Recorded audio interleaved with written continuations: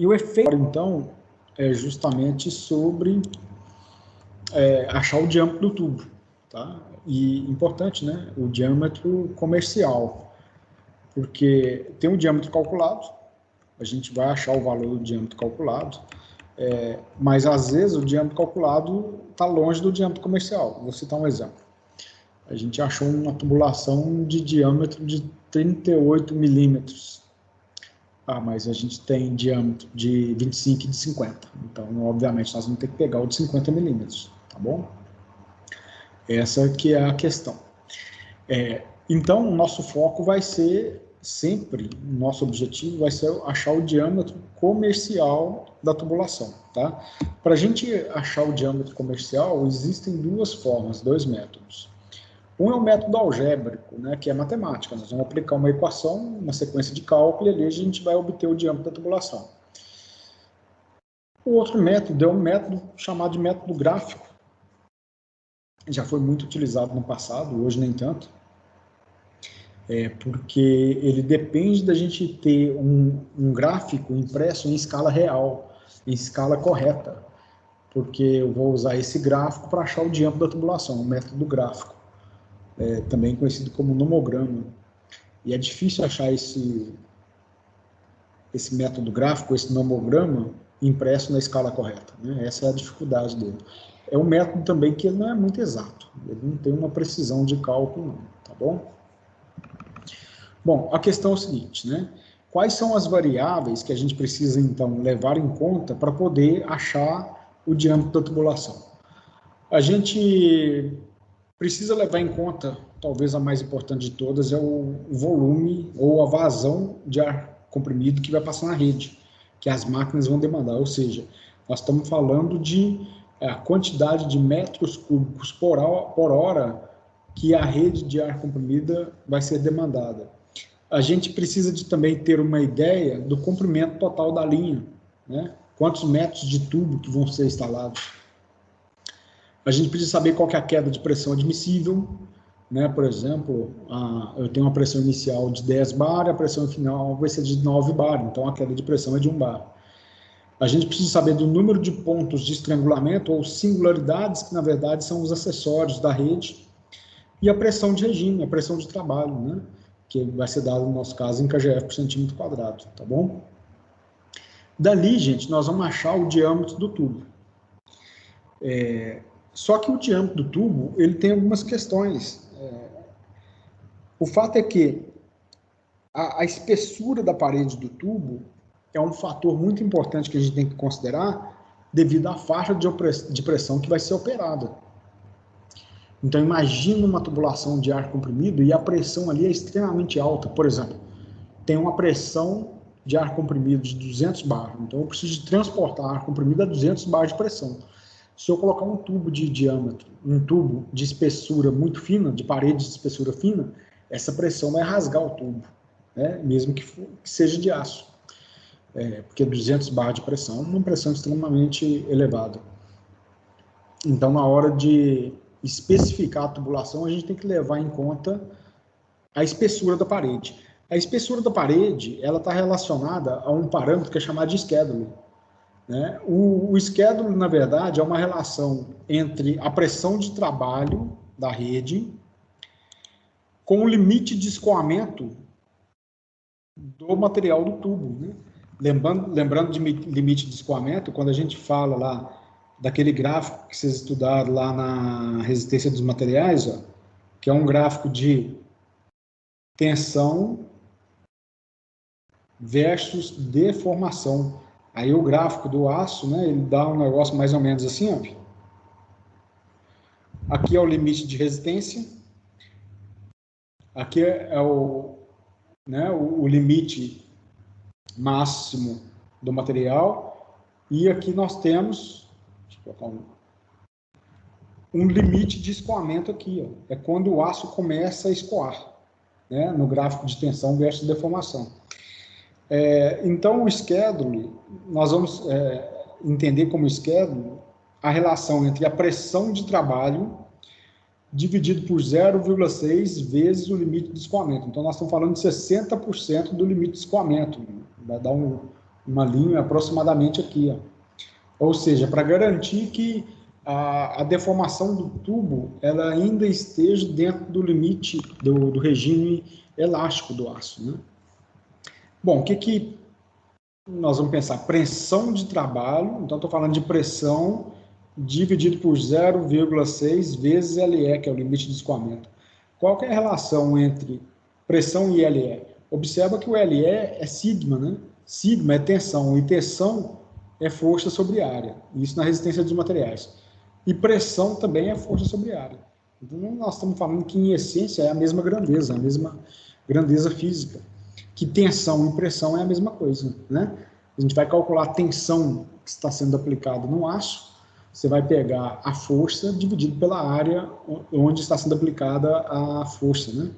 E a pressão na hidráulica e pneumática é exatamente isso também. A gente pega a força que está sendo aplicada ao fluido e divide pela área onde o fluido está acondicionado.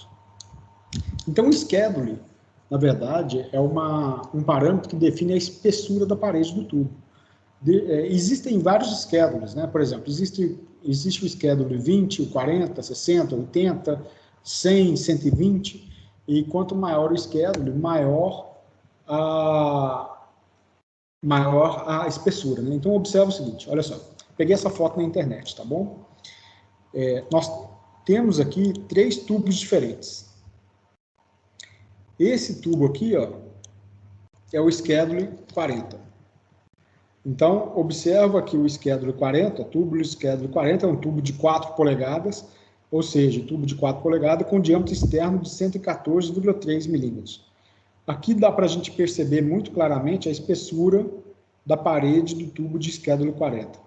Aqui existe o mesmo tubo de 4 polegadas de schedule 80. Olha a espessura da parede aqui. Tá bom? E agora, o tubo de 4 polegadas com schedule 160. Olha o tanto que aumentou a espessura da parede. Então, se eu colocando os dois de lado aqui, ó, aqui a gente tem uma espessura, aqui uma espessura bem maior. Schedule 160 e o schedule 80. Ou seja, fica claro para nós que o schedule 160 ele tem capacidade de suportar uma pressão interna muito maior do que o schedule 80, que por sua vez tem uma capacidade maior do que o schedule 40. O schedule, então, ele é regulamentado pela NBR 5590, tá? Que padroniza os diâmetros de tubulação, baseado no schedule dele. Gente, uma coisa muito importante, observa que o diâmetro externo do tubo é o mesmo para todos os casos, o que mudou foi o diâmetro interno. No schedule 40, a espessura da parede é de 6 milímetros, no schedule 80, 8,6 milímetros, e no schedule 160, nós temos aqui 18,5 milímetros de espessura. Então, quanto maior o schedule, maior a espessura da parede do tubo de aço. Consequentemente, maior capacidade de suportar pressão. No nosso caso, na pneumática, como a gente está falando de acionamentos elétricos, nós não trabalhamos com faixa de pressões elevadas. O schedule 40 resolve o nosso problema tranquilamente. Então, todos os cálculos que a gente fizer aqui, nós vamos fazer achando o diâmetro da tubulação na tabela schedule 40. Nós vamos usar o schedule 40, então. Gente, dali, olha, é só a gente entrar no site do fabricante e baixar a tabela. Por exemplo, essa tabela aqui eu peguei de um fabricante, nem me lembro qual. Que esse fabricante de tubos, schedule 40, ele me deu aqui, ó, o diâmetro nominal do tubo. Então, se eu pegar um tubo de meia polegada, eu citei muito exemplo de meia polegada hoje. A gente tem uma tubulação de meia polegada, tá aqui. O diâmetro externo é de 21,3 milímetros. O diâmetro interno, que é o Dzinho, de 15,8 milímetros. E a espessura do tubo é de 2,77 milímetros, schedule 40. O peso do tubo é de 1,27 quilos por metro e a área de 1,6 centímetros quadrados. Para nós, o nosso cálculo vai ser o seguinte: nós vamos achar o diâmetro interno do tubo, está aqui, ó. Nós vamos calcular o diâmetro interno do tubo baseado naqueles parâmetros, que é vazão, comprimento do tubo, queda de pressão máxima admissível, a pressão de regime ou pressão de trabalho. Nós vamos jogar tudo isso na equação e vamos obter o diâmetro da tubulação. Eu vou calcular o diâmetro interno, venho na tabela do fabricante e aqui eu vou buscar o diâmetro comercial ou o diâmetro nominal do tubo, por exemplo, tubo de 0,5 polegada, tá bom? Aqui, só para fins de comparação, a gente trouxe o tubo com schedule 80. Uma vez que a gente calcula o diâmetro interno, a gente vai numa tabela de um dos fabricantes e escolhe o diâmetro comercial mais adequado, né, que se fique mais próximo do seu cálculo. A nossa questão, então, é como calcular o diâmetro interno do tubo. Isso é importante, né? É isso que nós precisamos achar aqui, ó. Deixa eu ilustrar bem aqui, ó, né, numa vista de topo do tubo. O que importa para nós é calcular esse parâmetro. É esse parâmetro que importa na perda de carga e vazão da tubulação. Através do diâmetro interno e tabela do fabricante, você vai achar o diâmetro nominal, né, o Dzão, tá? O diâmetro externo, aí você vai no diâmetro nominal. Bom, então veja bem, qual que é a equação que nós vamos usar? Nós vamos usar essa equação aqui. Nessa equação, nós vamos obter o valor do diâmetro interno do tubo. De onde que vem essa equação, gente? Essa equação já é um trabalho, né, uma preparação que teve daquelas equações de Bernoulli, conjuntamente com perda de carga, vazão, HL, HLM, está tudo aqui dentro. Já foram feitas várias manipulações da equação e vários ajustes para a gente poder entrar com algumas unidades específicas. Então, veja bem. O diâmetro que nós vamos obter aqui é um diâmetro que a gente vai consultar uma tabela Schedule 40. Então, reforçando, Schedule 40 tem a ver com espessura do tubo, tá bom? Diâmetro vai ser igual a 10 vezes a raiz quinta de 1,663785, a gente tem que usar todos esses números depois da vírgula, porque senão dá diferença no resultado, porque aqui é a raiz quinta. Ó. Então vai ser 1,663785 vezes 10 elevado a menos 3, vezes a vazão elevado a 1,85, vezes o comprimento total, dividido pela queda de pressão vezes a pressão de trabalho. Aqui a gente vai obter o diâmetro nominal do tubo em milímetros, o diâmetro já sai em milímetros, por isso que tem esse fator de conversão. Eu vou entrar com a vazão em metros cúbicos por hora. O comprimento total da tubulação em metros, eu vou falar do comprimento total daqui a pouco. E a queda de pressão admissível da rede em kgf por centímetro quadrado e a pressão de trabalho em kgf por centímetro quadrado. Vou simplesmente jogar todos esses parâmetros na equação e ele já me dá o diâmetro nominal da rede. A questão é que o comprimento total, o LT, vai ser igual a L mais LE. O L é o comprimento do tubo, da rede, praticamente dito. E o LE é o comprimento equivalente, né? Então, comprimento equivalente. Ou seja, aqui nós estamos falando de acessórios da rede, que são as conexões, válvulas, luvas, cotovelos, joelhos e etc. Então, isso nós precisamos de levar em consideração na hora de achar o comprimento total da rede, tá bom? Bom, de onde que nós vamos obter o comprimento total? O comprimento total, né, aquilo que eu estava falando agora há pouco, o LE, ele é tabelado. O fabricante, por exemplo, ele vai me dar uma informação que ele vai comparar quanto que aquele acessório gera de perda de carga comparando com uma tubulação reta. Então, olha essa figura que eu estou trazendo aqui. Ó. A perda de carga de um registro tipo globo com diâmetro de 20 milímetros, ele equivale à perda de carga de uma tubulação de 20 milímetros de 20 centímetros de comprimento. Então, nós dizemos que o comprimento equivalente desse registro é de 0,20 metros, ou seja, ele gera a mesma perda de carga que um tubo do mesmo diâmetro de comprimento de 0,20 metros. Entendido? Dúvidas até agora?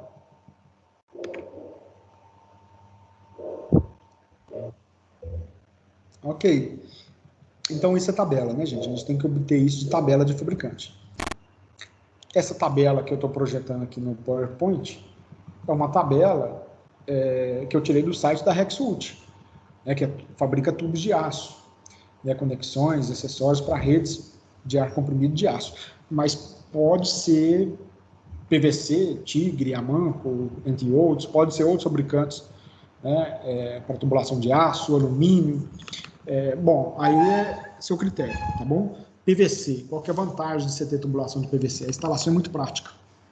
Tubulação de ar comprimido de PVC é prático, é rápido, é leve, então você não precisa de uma estrutura muito reforçada para suportar a tubulação, mas obviamente que ela tem um limite de resistência menor, então é para faixas de pressões baixas, tubulação de PVC, tá? Para aço, desculpa, para ar comprimido.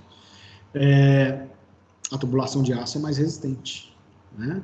É mais resistente e então a desvantagem dela é o custo de instalação, que é mais caro também, tá?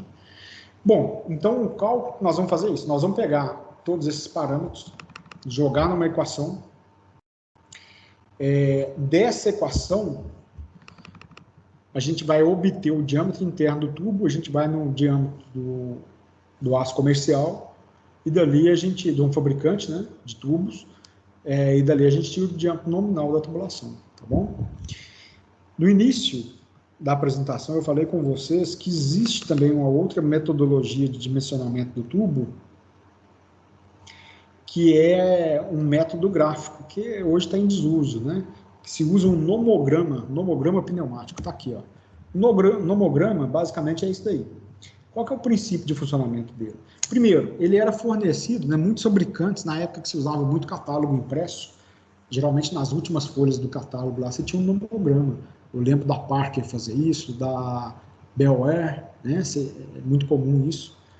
E eu vou cruzar algumas linhas, e no cruzamento dessas linhas a gente vai retirar o valor do diâmetro da tubulação, tá bom? Então, vamos analisar aqui uma situação que é o seguinte. O nomograma, ele tem vários eixos verticais, tá? E a ideia básica é a gente traçar algumas linhas cruzando esses eixos, e numa interseção do eixo 1 com o eixo 2, eu vou obter aqui o diâmetro do tubo. Então, suponhamos que a minha tubulação ela tem um comprimento de 300 metros. Então, a gente marca aqui, ó, o comprimento de 300 metros. E a vazão em metros cúbicos por hora é de 900 metros cúbicos por hora. A gente veio cá e marcou a vazão. Aí nós vamos traçar uma linha unindo o eixo do comprimento com o eixo do volume aspirado até ele tocar o eixo número 1. Está aqui, ó, essa linha C, ó, o eixo número 1. Beleza. Agora nós vamos fazer o seguinte. Nós vamos marcar a pressão da rede. Então, suponhamos que a minha rede tem uma pressão de 6 bar de pressão. E a queda de pressão admissível é de 0,1 bar. Então, posso ter no máximo uma queda de 0,1 bar.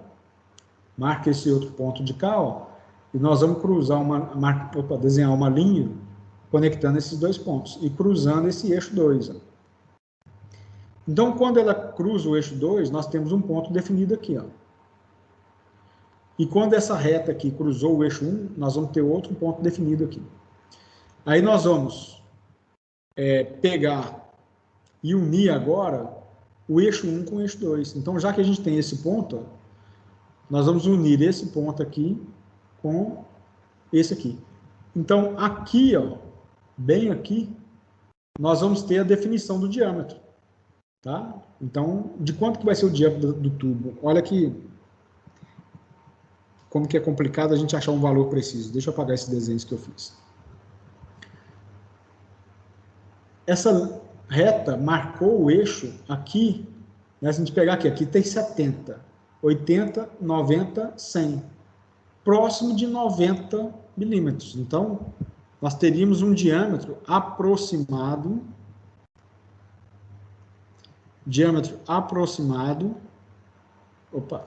de 90 milímetros.